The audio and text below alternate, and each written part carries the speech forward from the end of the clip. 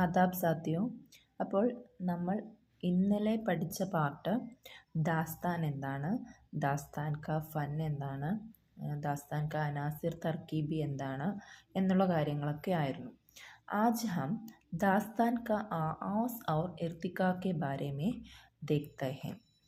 അപ്പോൾ ദാസ്താൻ്റെ ഇർത്തിക്ക, ദാസ്താൻ്റെ തുടക്കവും ദാസ്താൻ്റെ വളർച്ചയുമാണ് നമ്മൾ ഇന്നത്തെ ക്ലാസ്സിൽ നോക്കാൻ പോകുന്നത്. അപ്പോൾ നമുക്കറിയാം ദാസ്താൻ ക ഫൻ മുല്ല വജിഹി കി സബ്രസ് സെ ബാക്കായിദ ആസ് കിയ, അല്ലേ? ബാക്കായിദ ആസ് ഹുവ. മുല്ല വജിഹിയുടെ സബ്രസ് എന്ന കൃതിയിലൂടെയാണ് ദാസ്താൻ്റെ തുടക്കം. 1635 മുല്ല വജിഹി ഈ സബ്രസ് എന്ന് പറഞ്ഞിട്ടുള്ള ദാസ്താൻ എഴുതുന്നത്. അപ്പോൾ ഈ മുല്ല വജിഹി ഗോൽഗണ്ടയിലെ ഷായറാണ്. ഗോൽഗണ്ടയിലെ ഇബ്രാഹിം കുത്തുബ് ഷായുടെ കാലഘട്ടത്തായിരുന്നു, ഷായറായിരുന്നു. അതേപോലെ തന്നെ ഈ ദാസ്താൻ എന്ന് പറയുന്നത് ഒരു നസരി സിൻഫാണെന്ന് നിങ്ങൾക്കറിയാം. അപ്പോൾ നസരി സിൻഫിലും മുല്ല വജിഹി തൻ്റെ കഴിവ് തെളിയിച്ചിട്ടുണ്ട്. ഇബ്രാഹിം കുത്തുബ് ഷായുടെ മാത്രമല്ല, അതിനുശേഷം ഉള്ള മുഹമ്മദ് കുലി കുത്തുബ് ഷാ, മുഹമ്മദ് കുത്തുബ് ഷാ, അബ്ദുള്ള കുത്തുബ് ഷാ, ഇവരുടെ എല്ലാവരുടെയും കാലഘട്ടത്തിലും മുല്ല വജിഹി അവരുടെ ദർബാരി ഷായർ ആയിരുന്നു. അതേപോലെ തന്നെ അബ്ദുള്ള കുത്തുബ് ഷായുടെ ഫർമായിഷിലാണ് മുല്ല വജിഹി സബ്രസ് എന്ന് പറഞ്ഞ ദാസ്താൻ എഴുതിയിരിക്കുന്നത്. അതിനുശേഷം ഇത് ഗോൽഗണ്ടയിൽ മുല്ല വജിഹിയിൽ നിന്നാണ് തുടക്കം കുറിച്ചത്. അതിനുശേഷം ഇതിലൊരു 10, 11, 12, 13 പേജുകളിലായിട്ട് ദാസ്താൻ്റെ തുടക്കവും വളർച്ചയും കുറിച്ചുള്ള കുറേ കാര്യങ്ങളാണ് പറയുന്നത്. ഇതിലെ ഓരോ കാലഘട്ടത്തും ഉണ്ടായിട്ടുള്ള വ്യത്യസ്ത ദാസ്താനുകൾ ഏതൊക്കെയാണ് എന്നൊക്കെയാണ് ഇതിൽ കൊടുത്തിരിക്കുന്നത്. അപ്പോൾ ഞാനതിനെ ചെറുതായിട്ട് ഇങ്ങനെ എഴുതി വെച്ചിരിക്കുകയാണ്, നമുക്കൊരു പെട്ടെന്ന് മനസ്സിലാവുന്ന രീതിയിൽ. നമുക്കറിയാം 17-ാം നൂറ്റാണ്ടിലാണ് സബ്രസ് എന്ന് പറഞ്ഞ ദാസ്താൻ ഉണ്ടായത്. മുല്ല വജിഹി ആയിരുന്നു. 1635 സബ്രസ് എഴുതിയത്. അതിനുശേഷം ഷുമാലി ഹിന്ദിലേക്ക് വരികയാണെന്നുണ്ടെങ്കിൽ, ഷുമാലി ഹിന്ദിൽ അഡാരഹ്വേൻ സ്വദിയിലാണ് ദാസ്താൻ്റെ ആസ് വരുന്നത് കേട്ടോ. അതിൽ ഫസൽ അലി ഫസലിൻ്റെ കർബൽ കഥ അതായിരുന്നു ആദ്യത്തെ ദാസ്താൻ. ഈ എന്താ പറയുക, കർബല കഥ എന്ന് പറയുന്നത് മില ഹുസൈൻ വായിസി കാശിഫിയുടെ റോസത്തു ഷുഹദയുടെ തർജ്ജമയാണ് കർബല കഥ. 1747 ഈ കർബൽ കഥ എന്ന് പറയുന്ന ആ ദാസ്താൻ പ്രസിദ്ധീകരിക്കുന്നത്. ഇനി അടുത്തത് വരുന്നത് നവാബ് ഈസവി ഖാൻ ബഹാദുർ, അദ്ദേഹത്തിൻ്റെ കിസ്സ മെഹർ അഫ്രോസ് ബദിൽബർ. ഇതാണ് ഷുമാലി ഹിന്ദിലെ ആദ്യത്തെ ബാക്കായിദ ദാസ്താൻ. അത് 1752. നമുക്കൊരു സംശയം വരും, ഈ കർബല കഥ ആയിരുന്നല്ലോ, പിന്നെ എന്തുകൊണ്ടാണ് ഈ കിസ്സ മെഹർ അഫ്രോസ് ബദിൽബറിനെയാണ് ആദ്യത്തെ ബാക്കായിദ ദാസ്താനായിട്ട് നമ്മൾ പറയപ്പെടുന്നത് എന്തുകൊണ്ടാണെന്നൊരു സംശയം ഉണ്ടാകും. ഇതിന് കാരണം വേറൊന്നുമല്ല, ദാസ്താൻ എന്ന് പറഞ്ഞാൽ പൊതുവായിട്ട് അതിൽ ഇഷ്ക്, മൊഹബത്ത് അങ്ങനെയൊക്കെയുള്ള കാര്യങ്ങളാണ് ദാസ്താനിൽ ഉണ്ടാവുക. പക്ഷേ ഈ കർബല കഥ എന്ന് പറയുന്നത് മതവുമായി ബന്ധപ്പെട്ടതായിരുന്നു. അതുകൊണ്ട് തന്നെയാണ് അതിനെ ഒരു ദാസ്താൻ എന്നുള്ള രീതിയിൽ അംഗീകരിച്ചിട്ടില്ല. അതാണ് കാരണം കേട്ടോ. അതിനുശേഷം നൗതറസ് മുറസ്സ എന്ന് പറയും. മീർ മുഹമ്മദ് ഹുസൈൻ ഖാൻ തഹസീനാണ്. അദ്ദേഹം കിസ്സ ചഹാർ ദർവേഷ് എന്ന് പറഞ്ഞിട്ടുള്ള ഒരു ഫാർസി കിസ്സയുണ്ട്, അതിൻ്റെ തർജ്ജമയാണ് നൗതറസ് മുറസ്സ. അതിനുശേഷം നൗ ആയിനെ ഹിന്ദി എന്നുള്ളത് മെഹർ ചന്ദ്ര മെഹർ എന്ന് പറഞ്ഞ ദാസ്താനികാറാണ് എഴുതിയത്. ആദ്യത്തെ പേര് ഈ നൗ ആയിനെ ഹിന്ദി എന്നുള്ള പേരിന് പകരമായിട്ട് ആദ്യം അദ്ദേഹം കിസ്സ മുൽക്ക് മുഹമ്മദ് അഫ്രോസ് എന്നുള്ള ആ ഒരു പേരാണ്, വഗീദിക്കി അഫ്രോസ് എന്നായിരുന്ന പേര് വെച്ചിട്ടുണ്ടായിരുന്നത്. പിന്നെയാണ് അത് മാറ്റി നൗ ആയിനെ ഹിന്ദി എന്നായത്. അതിനുശേഷമുള്ളത് നോക്കുകയാണെന്നുണ്ടെങ്കിൽ ഷാഹ് ആലം സാനിയുടെ അജായിബുൽ ഖസസ് ആണ് വരുന്നത് 1792-93 കാലഘട്ടത്തിൽ. ഇദ്ദേഹത്തിൽ ഈ ദാസ്താനിലെ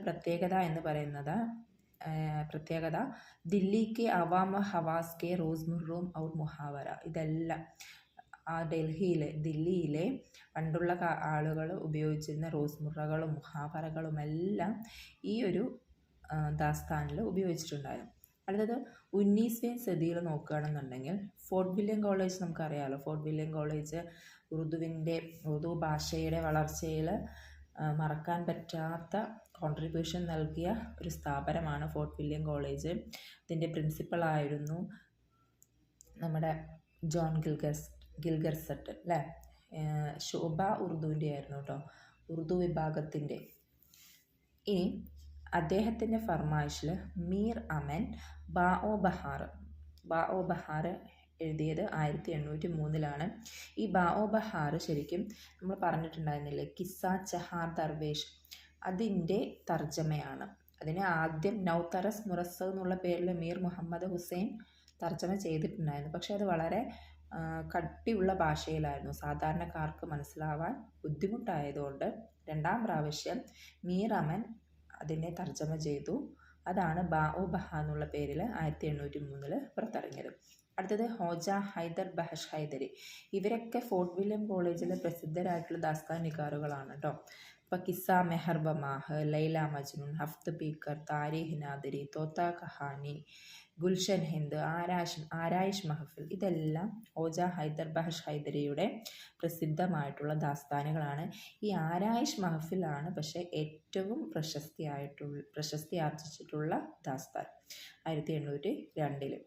ഇനി അടുത്ത മീർ ബഹാദുർ അലി ഹുസൈനി, അദ്ദേഹത്തിൻ്റെ നെസർ ബേനസീർ. ഈ നെസർ ബേനസീർ എന്ന് പറയുന്നത് നമുക്കറിയാം മുഹമ്മദ് ഹുസൈൻ്റെ സിഹറുൽ ബയാൻ എന്ന് പറഞ്ഞിട്ടുള്ള മസ്നവിയുടെ തർജ്ജമയാണ് ഈ നെസർ ബേനസീർ. അടുത്തത് നിഹാൽ ചന്ദ് ലാഹോരിയാണ്. നിഹാൽ ചന്ദ് ലാഹോരിയുടെ ദാസ്താനായിരുന്നു മസ്ഹബെ ഇഷ്ക്. ഈ മസ്ഹബെ ഇഷ്ക് ഇസ്സത്തുള്ള ബംഗാളിയുടെ ഗുൽ ബക്കാവലി എന്നുള്ള കഥയുടെ തർജ്ജമയാണ്. ഈ ഗുൽ ബക്കാവലിയെയാണ് ദയാശങ്കർ നസീം ഗുൽസാരെ നസീം എന്നുള്ള രീതിയിൽ ആ മസ്നവിയായിട്ട് മാറ്റിയത്. അപ്പോൾ ഈ ഗുൽ ബക്കാവലിയാണ് ഗുൽസാരെ നസീം എന്നുള്ള മസ്നവി ആയിട്ട് മാറിയതും അതേപോലെ തന്നെ മസ്ഹബെ ഇഷ്ക് എന്നുള്ള ദാസ്താനായിട്ട് മാറിയതും.